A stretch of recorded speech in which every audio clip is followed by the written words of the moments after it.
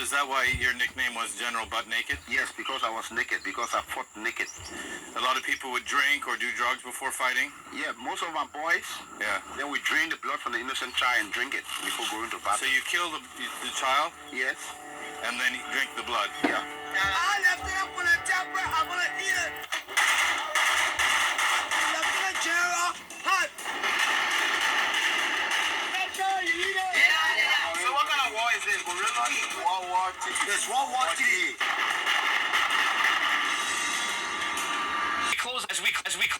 As we close out Black History Month, as we close out Black History Month, we turn now to a remarkable but often overlooked chapter of U.S. history, one that connects the United States to the West African nation of Liberia, founded more than 2 centuries ago by freed African Americans.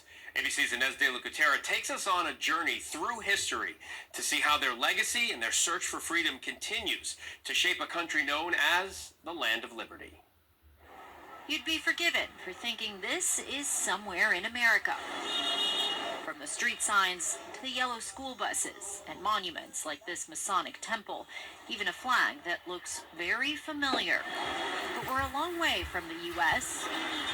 This is Liberia, a small nation on the western coast of Africa, and its story is intrinsically tied to America's. It's a little-known chapter in U.S. history.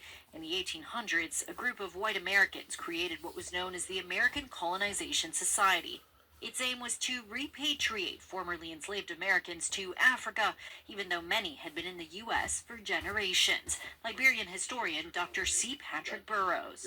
They aimed to form a colony in Africa and to have free blacks who chose to leave and go to Liberia. They were joined by people who were politicians and who thought that the repatriation of blacks to Africa was important to preserve stability in the U.S. That as long as free blacks were here, they would influence those who were enslaved, and those who were enslaved might rebel. The ACS set about buying land in Africa and chose to call it Liberia. In other words, the land of the free. Its capital, Monrovia, was named after U.S. President James Monroe. Among those who would make the journey was William D. Coleman, a young boy who'd grown up on the Wardlaw plantation in Fayette County, Kentucky. James Wardlaw's will shows that upon his death, he wanted all enslaved people on his plantation to be liberated, on the condition they emigrate to Liberia. Wardlaw adding, "But such of my slaves as decline going to Liberia shall be sold as slaves." Dr. Burroughs says records show that in 1853, William, his mother Ellen, and an uncle boarded a ship in Baltimore and set sail for Liberia. Life was rough because you're coming into a place that's new, certainly not as rough as it would have been on a plantation, and now you're working for yourself. Eventually, the Colemans landed here in what was dubbed Kentucky in Africa, where relics of the past still stand to this day, and where we met up with some of Coleman's direct descendants. From the time they came in, they started fighting things after the United States. The flag, the everything. It's estimated about 15,000 freed black Americans resettled in Liberia. They set about building a country based on what they knew, overcoming some challenges from the local population. In the Liberian jungle, one can still find buildings that look almost identical to those in the American South. These are the buildings that people who came from the U.S. had built. The structures on, say, Jefferson's plantation or Madison's plantation were not built by Jefferson himself. He might have designed them, but the actual enslaved people were the ones who built them. So they had those skills. At this Baptist church in 1847, Liberians even signed their own Declaration of Independence. It was a land of freedom, and it still is, regardless of what the issues are. Liberia is still a land of freedom. Anyone can come and settle in Liberia, true land of liberty. And William D. Coleman, born enslaved on an American plantation, would eventually grow up to become the nation's 13th president. But the Coleman search for freedom wouldn't end there. Decades later, during the brutal Liberian Civil War, a portion of the family chose to flee the violence by heading back to America. Outside of Washington, D.C., we meet 93-year-old Genevieve Coleman Garnett and her son James. When you get married, right? 19 years old. 19 years old. Okay, and this was in 1951. I don't think anybody ever planned to come back, you know.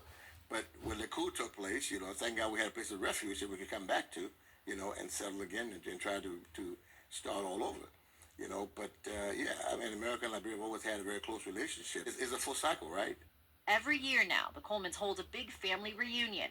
What began in 1998 as a small core gathering of Colemans has now blossomed into a massive event with as many as 300 American and Liberian Colemans attending. We hope that they don't get mixed up and don't know who they are. We wanted them to know them, who they were and where they came from.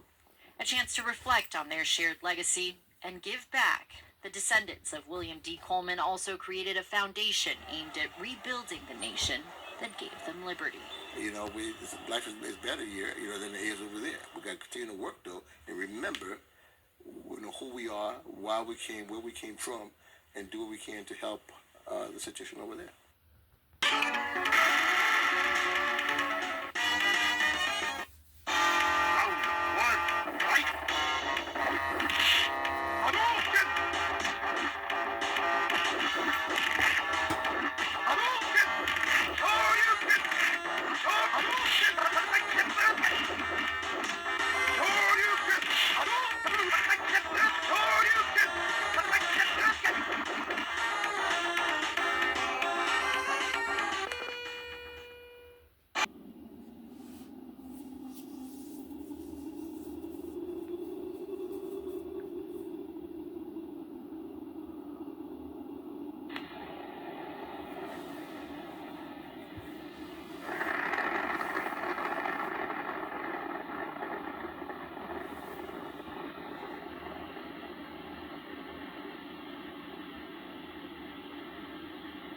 Bomb is dropped. Cluster bomb is dropped. Cluster bomb is dropped. It releases a casing filled with smaller bomblets. As it descends, the casing opens mid-air, dispersing these bomblets over a wide area. Each one is equipped with its own fuse and explosive charge. Upon hitting the ground, most of them detonate, causing multiple explosions over a large radius. But not all of them will go off immediately, leaving a large area of live explosives.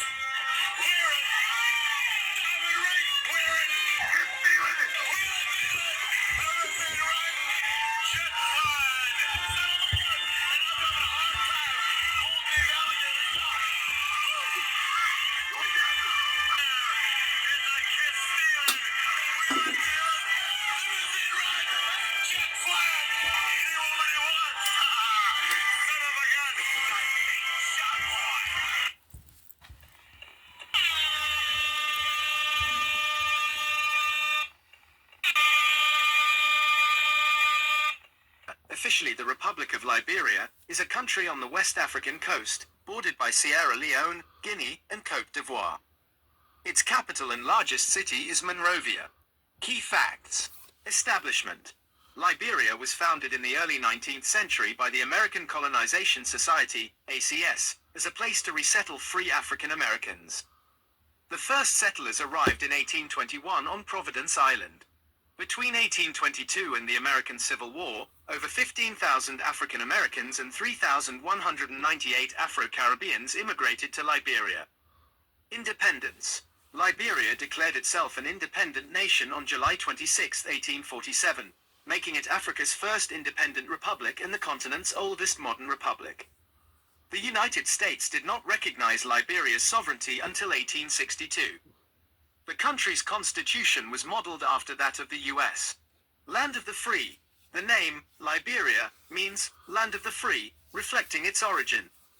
Its motto is, "The love of liberty brought us here." Sovereignty. Along with Ethiopia, Liberia was one of the only two African countries to maintain its sovereignty during the European colonial scramble for Africa. Americo-Liberians. The settlers, known as Americo-Liberians, developed their own identity, bringing their culture and traditions while also asserting control over the indigenous population. Until 1980, the country was politically dominated by this minority group. Geography. Liberia has a diverse landscape, ranging from flat coastal plains with mangroves and swamps to a rolling plateau and low mountains in the northeast. Tropical rainforests cover the hills, with savannas and semi-deciduous forests in the northern regions. People and culture. Liberia has a population of around 5.5 million people with a diverse cultural heritage. Over 20 indigenous languages are spoken, though English is the official language. The largest ethnic group is the Pel. Football, soccer, is the most popular sport. History of conflict. Liberia experienced two devastating civil wars between 1989 and 2003, resulting in approximately 250,000 deaths and significant displacement. Democratic elections were held in 2005, and the country has been relatively stable since. Economy. Liberia's economy is considered underdeveloped and has faced significant challenges due to past conflicts. It is rich in natural resources such as water, minerals, forests, and has a climate favorable for agriculture. Key exports include iron ore, rubber, diamonds, and gold. Agriculture employs a significant portion of the population. Government. Liberia is a presidential representative democratic republic. The current president is Joseph Boakai, who assumed office in 2025. International relations. Liberia is a member of the United Nations, UN, and the African Union, O, and played a key role in the formation of the Organization of African Unity, OAU, the precursor to the O. Recent developments include government initiatives focused on promoting inclusivity, accountability, and transparency, such as the Kakba Kulon No Town Hall series. The economy is showing signs of growth, driven by mining, services, and agriculture, although challenges such as poverty and inflation persist.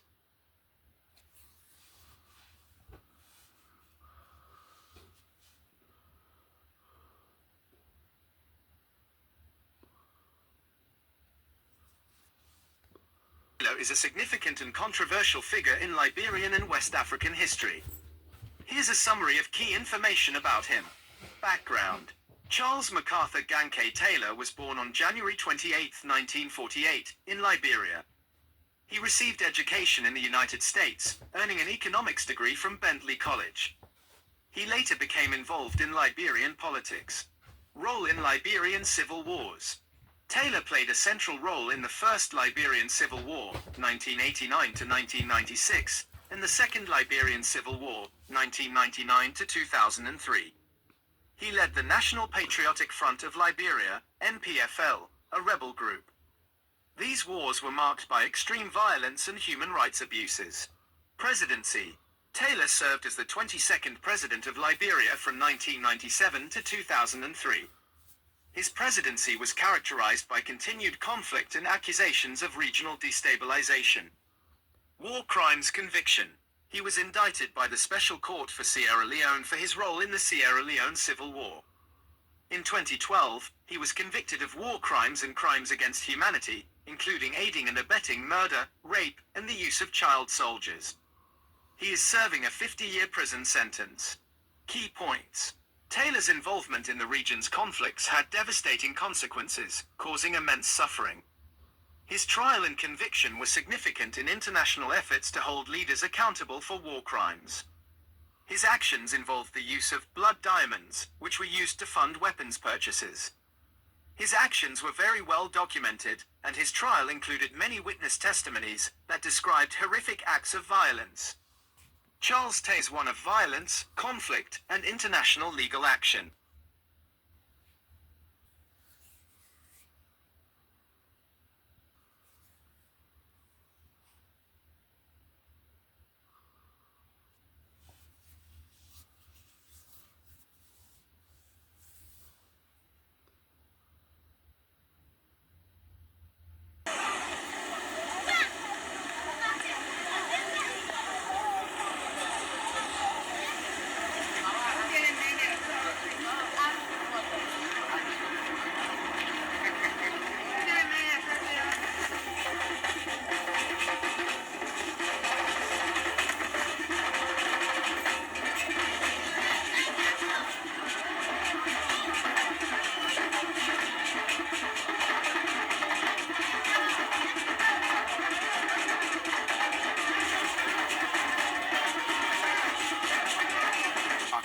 2003.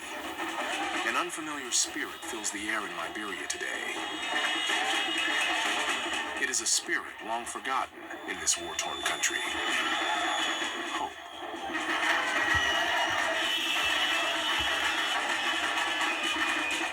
I'm happy that we get total peace. That peace has been restored on this land. Businessman Judy Bryant returns to his country to be inaugurated as head of a new transitional government, ending years of civil war. I'm very, very happy for this occasion.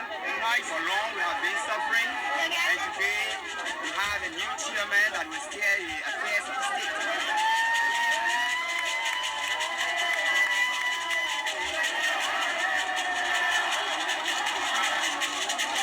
We are so happy that Judy Bryant has been inducted into office. Because for 40 years, we suffered under the Taylor administration. So we thank God that today we got a new president.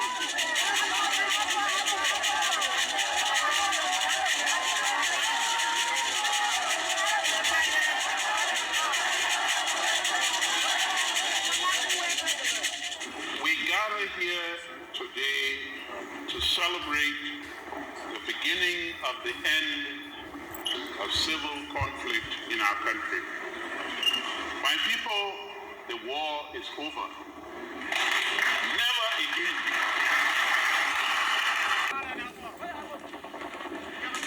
3 months earlier, the streets of Liberia's capital city, Monrovia, had been a battlefield. What happened in Monrovia surpassed all of the other terrible ordeals that happened. In the center of it all stood one man, Liberia's president, Charles Taylor. Since 1989, he had waged war on his own country.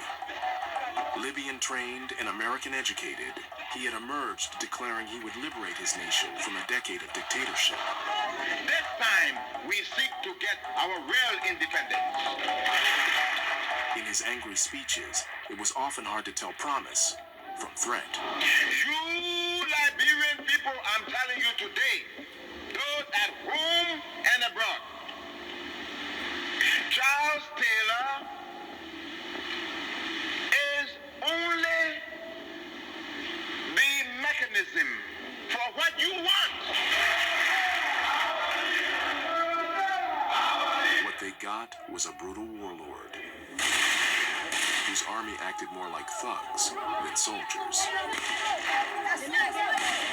He forcibly recruited children and used murder as a tool of statecraft. Taylor killed my unborn mother. Taylor killed my son and butchered him. Taylor killed my sister who was in the 8th grade I was sponsoring. They used an iron. Put the iron on the forehead of the girl and then beat it down until it went through her and she remained on the iron. Taylor replaced the rule of law with fear and terror.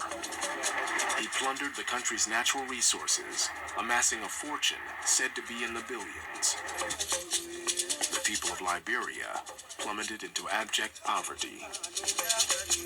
Taylor armed terror groups in neighboring Sierra Leone, Guinea, and Ivory Coast, destabilizing the region. In 1999, Taylor's stranglehold on the country was challenged by the rebel group LERD, Liberians United for Reconciliation and Democracy. They proved every bit as ruthless. Thousands of civilians fled from their homes or were killed. Entire villages were destroyed. The 4-year battle came to a head in the summer of 2003. LERD forces reached Monrovia. It was a ferocious fight. Taylor resorted to his old tactics: fear and intimidation. They are terrorists, they are murderers, and they are not going to escape justice. A massive hunt will begin all over the city. And if they are found, they will be punished.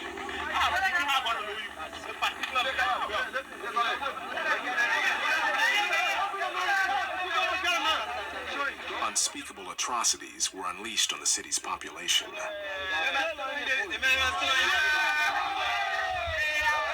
When the Liberia forces came, they went and did a lot of shooting, looted people, raped women.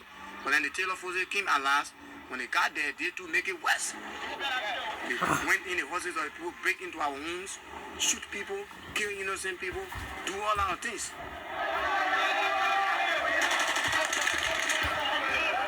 Is sub-Saharan Africa's oldest republic. It was founded in 1822 by the United States for freed American slaves. And after almost 200 years of Western influence, Liberians are taking pride in designing their own clothes with fabrics influenced by their African neighbors. Now, Jack Zahora reports these colorful pieces also come with an attractive price tag. Fashion designer Jody Sutton has just finished this fish fin-inspired top for her customer. She is based out of Liberia's capital, Monrovia, and specializes in African rather than Western designs. We want to represent our continent, and we want to take our continent on the map. So Liberian women have deemed it necessary to wear their own fashion because it brings all the rareness in you, the rare African continent, or rare African woman pride. As a former U.S. colony, Liberia has adopted Western styles of clothing for centuries. But after 14 years of civil war that ended in 2003, tens of thousands of Liberians in neighboring Ivory Coast, Guinea, and Ghana have returned home. That had created jobs and boosted businesses in one of the world's poorest countries. Right now, I got like 22 persons, 15 tailors, and then I got the sales girls, and then I got my little brother to pursue. Custom-made clothes are an economical choice in Liberia. A tailor-made cotton suit costs up to $80, with a casual print shirt going for about $35. Customers say local-made garments are better suited to the tropical climate, but the sense of identity also plays a vital role. It's our culture that we dress like this. It shows leadership, and this is why I'm dressing like this, and it tells you that I'm from that particular tribe. We want to get away with the mindset of people wearing other people's clothes all of the time, more especially the Chinese stuff and things. And U.S. musician Jadena is rarely seen without his trademark Afrocentric attire. The demand for African designs is now branching out of the continent at an astounding rate, and what many are calling a style revolution that's led by Liberia. Jack Zahora, TRT World.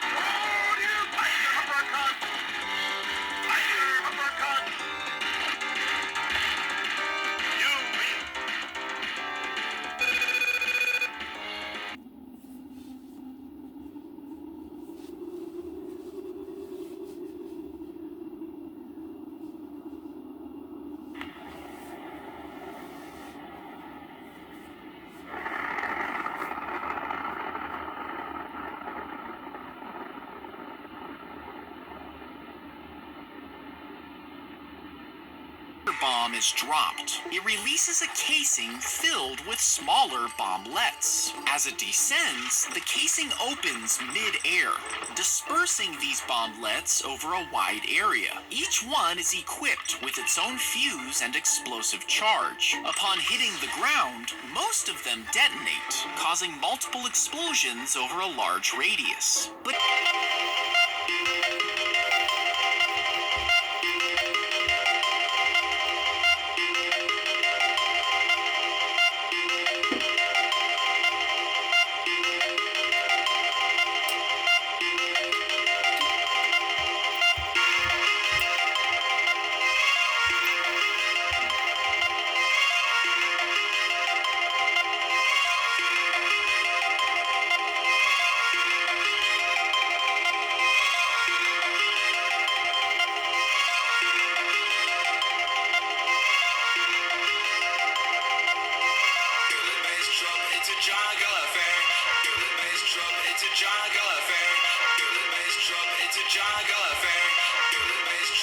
a jungle affair.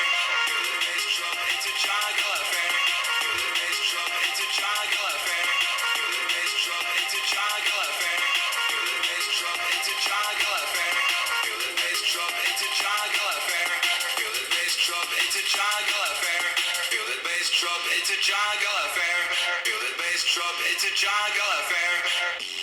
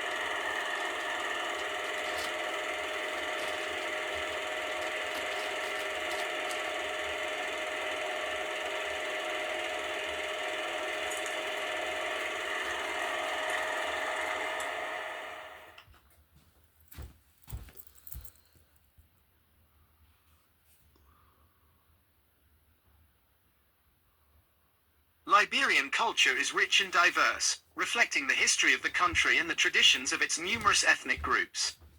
Here's a glimpse into some key aspects. Diversity of ethnic groups. Liberia is home to over 16 major ethnic groups, each with its own distinct languages, customs, and traditions. The largest include the Pel, Bassa, Joe, Mano, Kru, and Mandingo. Values and social norms. Hospitality. Liberians are generally known for their warmth and welcoming attitude towards guests. Family and community. Family ties are strong, and extended families often live close together, especially in rural areas.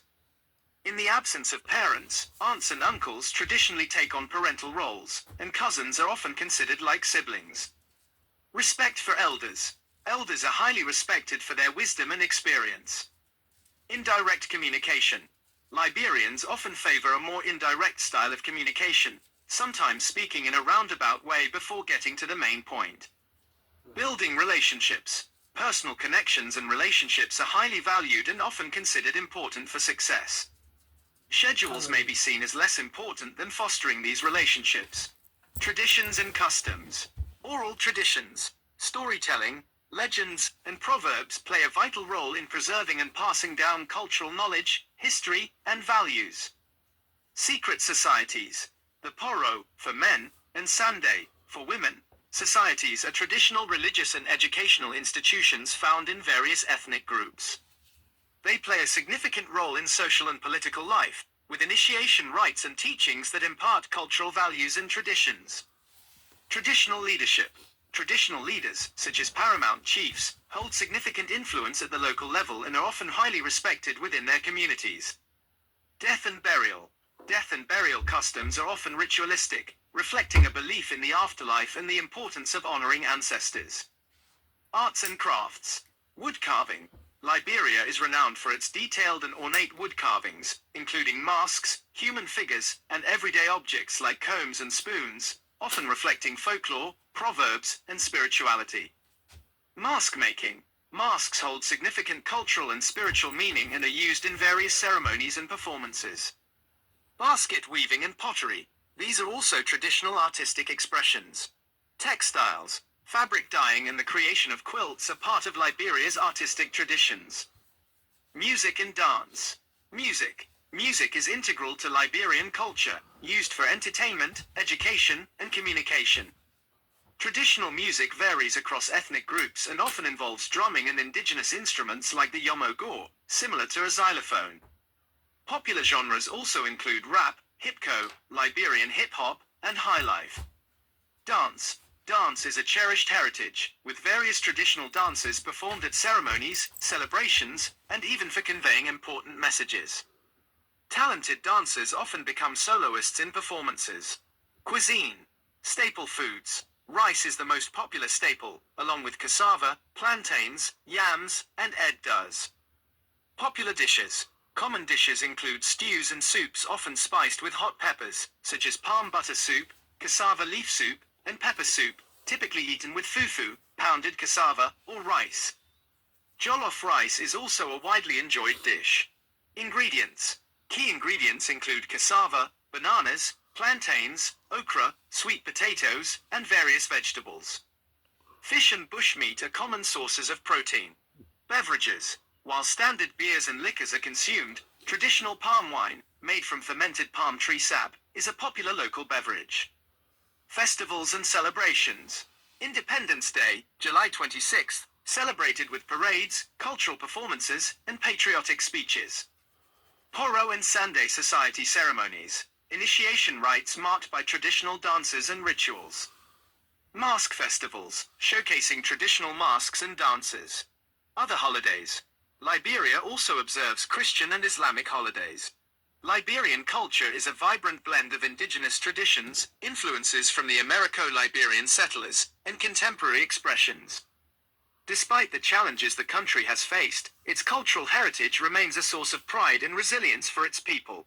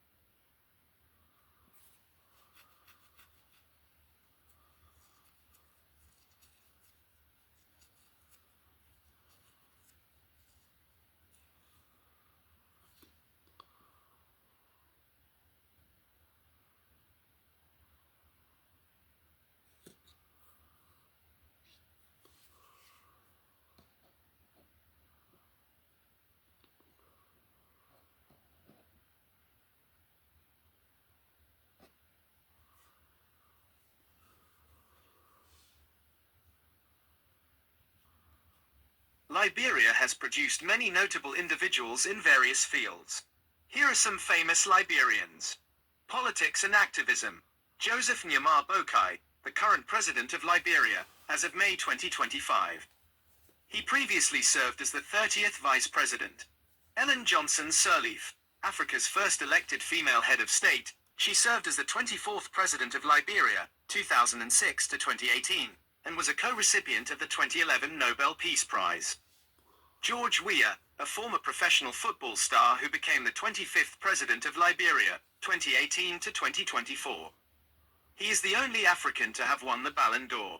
Charles Taylor, a former president of Liberia, 1997 to 2003, who was convicted of war crimes and crimes against humanity by the Special Court for Sierra Leone. Lema Bowie, a Nobel Peace Prize laureate for her work in leading a women's peace movement that helped bring an end to the Second Liberian Civil War. Ruth Perry served as the chairwoman of the Council of State, a transitional government, during the Liberian Civil War. William Vikanarat Shadrach Tubman served as the 19th president of Liberia for a long period, 1944 to 1971. William R. Tolbert Jr. served as the 20th president of Liberia until he was overthrown in a coup in 1980. Sports. George Weah, mentioned above for his political career, but primarily famous for his football career. Tamba Hali, a former professional American football linebacker in the NFL. Collins John, a former professional footballer. Dooley Johnson, a former professional footballer. Joe Ragland, a professional basketball player. Arts and entertainment. Cheryl Dunya, a film director, producer, and writer.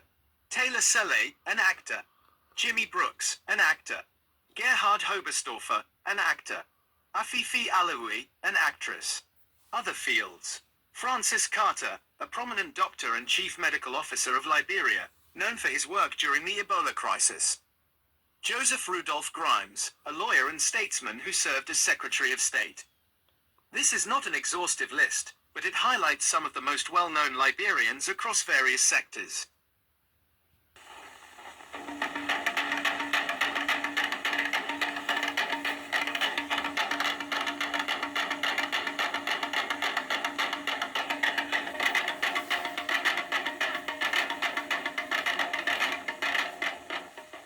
On December the 11th, 1822, a group of settlers ended their long voyage across the Atlantic Ocean, landing on a small island at the mouth of the Mesurada River, which they named Providence Island, secured with part of the mainland by treaty with 6 tribal kings.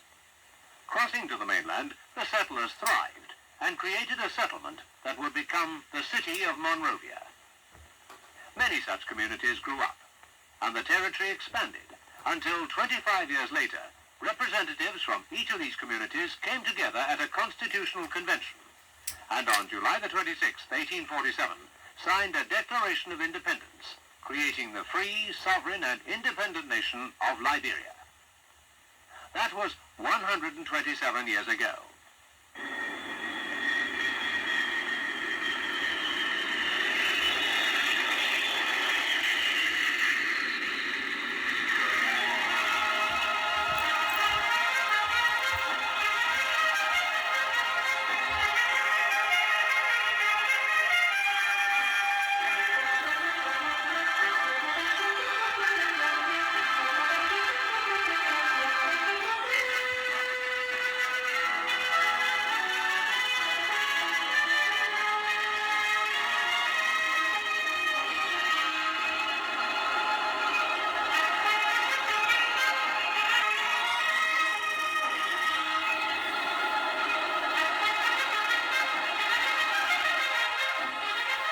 Today, businessmen and investors from all parts of the world have discovered the commercial and industrial potential that is the wealth of Liberia, with a government firmly committed to an open-door policy and the principles and practice of free enterprise.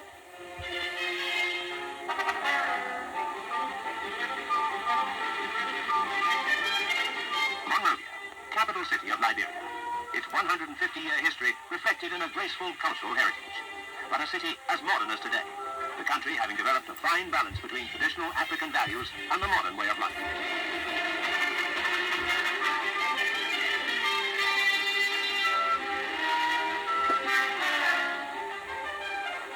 buildings steeped in the tradition of Liberia's rich history. Buildings reflecting the country's promise of a rich future, as with the imposing executive mansion, home of Liberia's President William R. Talbot. Buildings that reflect the civic dignity of the city, its commerce and industry.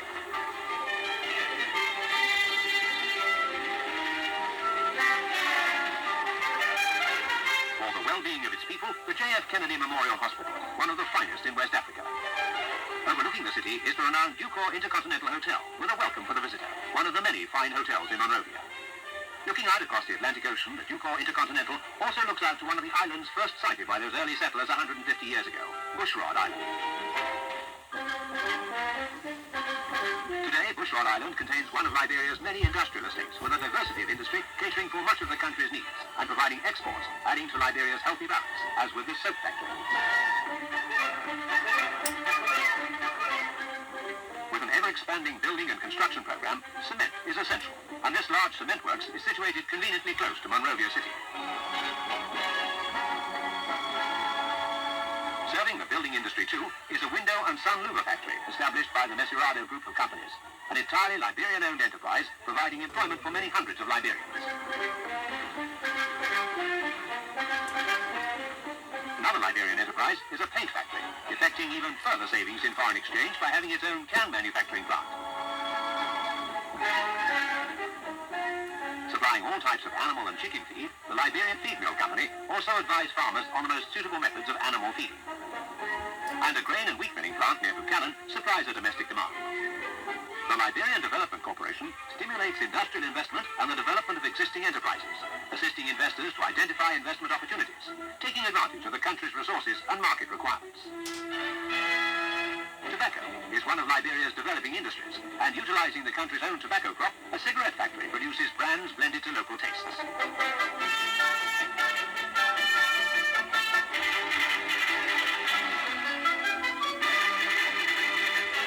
Liberia offers the investor security, a low level of private and corporate taxation, and a balance of trade that has been favorable for 20 years. To encourage young farmers in this fast-developing industry, a tobacco experimental farm has been set up, looking into the most suitable types of tobacco for Liberia's ideal soil and climatic conditions, and teaching farmers to take every advantage of this valuable addition to the country's industry. President William R. Talbot is intensely interested in the youth of his country, but young and old alike are completely involved in the future of their country through self-help programs instituted by the President, when he himself created rally projects to undertake the construction of schools, hospitals, and roads linking outlying districts, financed with funds raised by the people themselves without seeking outside aid. Rally time, a complete involvement of the people in their country's future. President Talbot himself also instituted a program of rehousing families formerly living in overcrowded areas. And on new housing estates such as Gardinersville and another named after the assassinated leader of the Guinea-Bissau liberation movement, Amilcar Cabral, families can be raised in pleasant, healthy surroundings, preparing for their inheritance, which is the wealth of Liberia. Realizing the importance of the younger generation in the future of his country, President Talbot refers to the youth of Liberia as his precious jewels.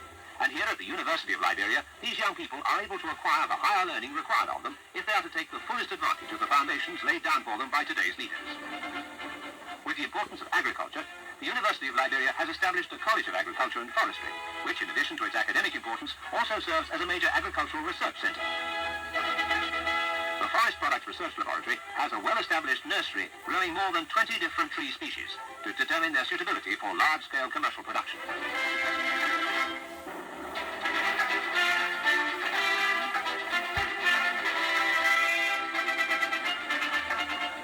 Agricultural Extension Training Center of the college offers training from simple farming methods and management to crop physiology, and students are taught the importance of meteorology in good crop management.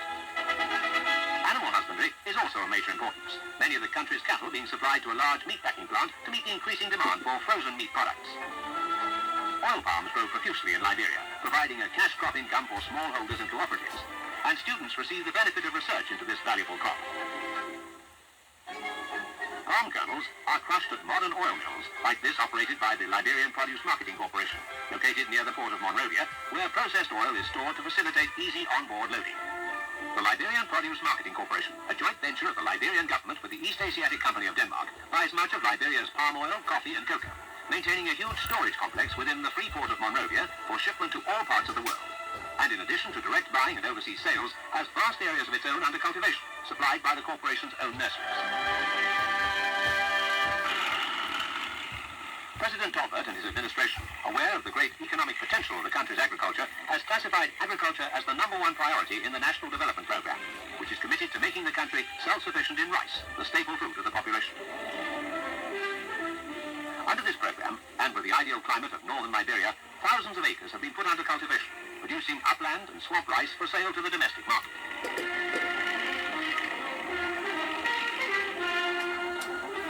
Irrigation schemes have been constructed under expert guidance, and high-grade rice will soon be available to meet the demands of the country at reasonable cost. The Foyer Agricultural Development Project, testimony to a far-sighted administration. Further to the south are the famous rubber plantations of Liberia. Cultivated by smallholders and large estate owners alike, Liberia is one of the world's most important suppliers of natural rubber.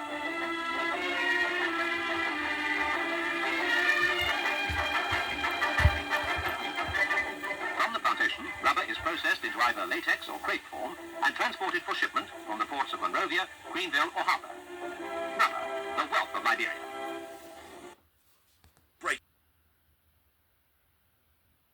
An influential but controversial figure who played a key part in Liberia's civil wars from 1989. He was an influential but controversial figure who played a key part in Liberia's civil wars from 1989 to 2003. Liberian ex-warlord Prince Johnson has died aged 72. Born in the northern region of Nimba, Johnson was seen drinking a beer in a video as fighters loyal to him killed then-President Samuel Doe in 1990. Doe's death triggered 2 civil wars that claimed some 250,000 lives. During the conflict, Johnson was a prominent militia leader. He was later forced into exile in Nigeria before returning to his home country in 2004. Johnson never voiced remorse over his actions, insisting he had protected civilians who he said were, quote, led to the slaughterhouse as if they were chickens and goats by the Doe regime. He ran in the 2017 presidential election, garnering more than 8% in the first round. Johnson was a prominent militia leader. He was later forced into exile in Nigeria before returning to his home country in 2004. Johnson never voiced remorse over his actions, insisting he had protected civilians who he said were, quote, led to the slaughterhouse as if they were chickens and goats by the Doe regime. He ran in the 2017 presidential election, garnering more than 8% in the first round.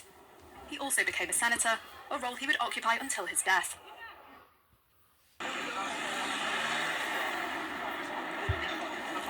Mr. Taylor, would you please rise for the sentence of the court?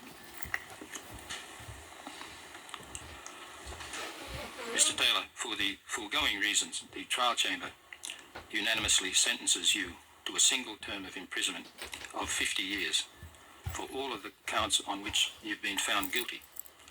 Credit shall be given to you for the period commencing from 29th of March 2006, during which you were detained in custody pending this trial. Thank you. You can be seated, Mr. Taylor. The sentence that was imposed today does not replace amputated limbs. It does not bring back to life those who were murdered. It does not heal the wounds of those who were victims of sexual violence, and does not remove the permanent emotional and psychological and physical scars of those enslaved or recruited as child soldiers. But a sentence for these crimes does bring some measure of justice for these terrible wrongs.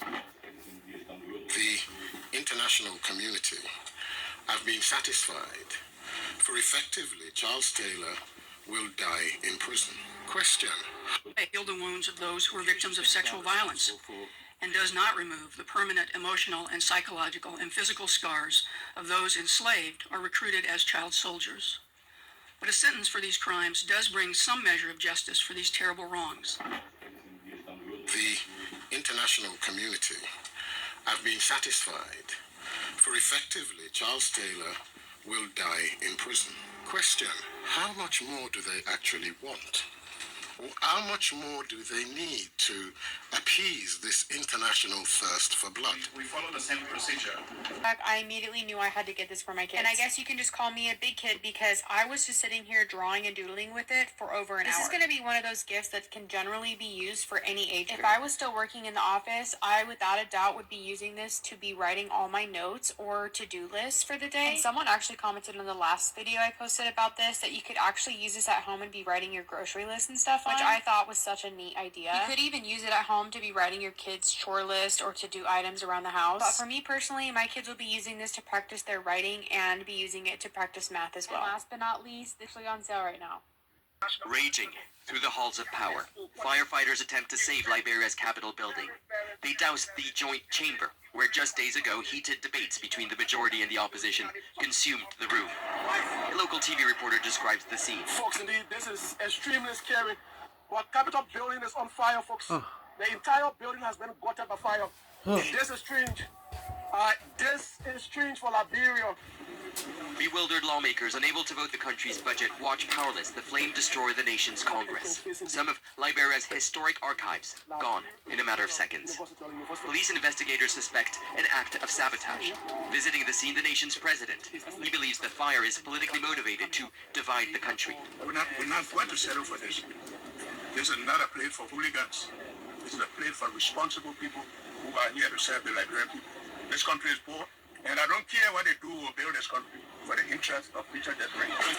Tensions have been flaring from the Capitol building to the streets. At the center of the turmoil is the House Representative Speaker Fonati Kofa.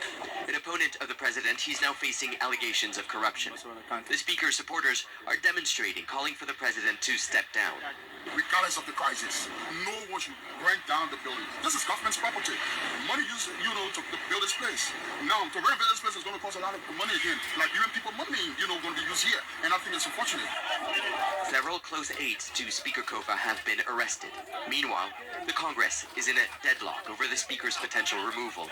And so the government remains unable to pass its annual budget, leaving Liberia in a smoldering state of uncertainty. Nicholas Hawk, Al Jazeera. Make sure to subscribe to our channel to get the Liberia is one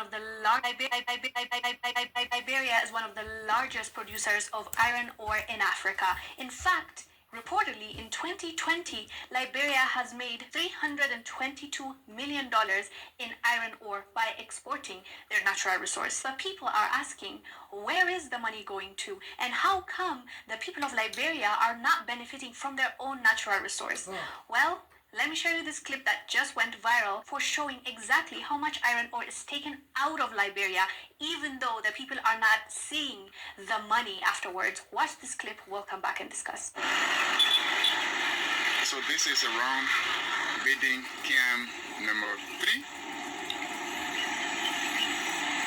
We are in a bridge, standing up, where the train carrying iron ore from Zuluwi belonging to ArcelorMittal is transporting the iron ore. As you can see, the train is loaded iron ore. As you can see, the raw iron ore in the train. This has been transported to Bikiana, Rambasa. This one is very muddy. So it's a very long bucket. As you can see at the front there, that's how far he has gone.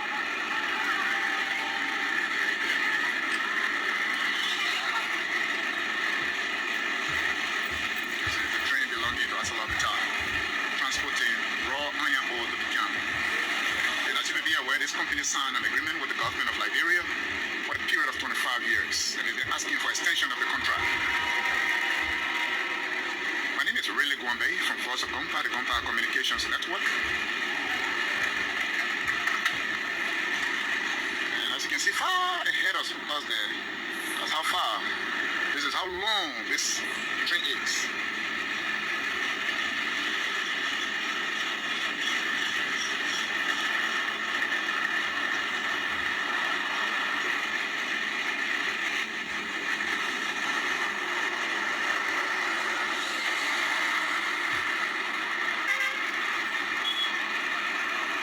So it can be very watery.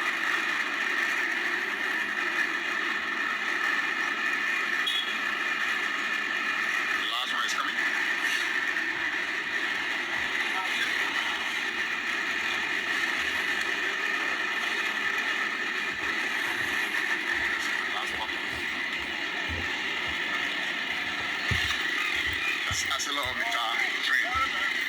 Very long on this. This is a train track.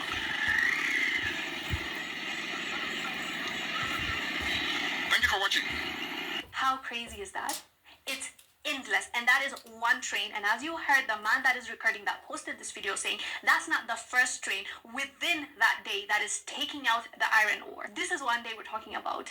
So it's the right question that people are asking. How come the people are living in poverty then? How come this money is never to be seen by the public? Where exactly is it going? Who is benefiting from this sale? Is it the people that are exporting it? If so, who are they? Which company is it? And who are they dealing with? How come the money is not accounted for? And how come the people still have to live in poverty? This is the story of a lot of African countries. It's not just Liberia. We're talking about Liberia right now because of this specific video and how it went viral and people are having a conversation about it. But this story goes across the board with each and every country. For example, let's look at Ghana with their gold, Burkina Faso, another one, with their gold, Nigeria, with their gas, with their oil. There are so many countries that we can list that are not really benefiting from their own natural resource. In fact, it has become a curse. And when people talk about this, they usually mention the Democratic Republic of Congo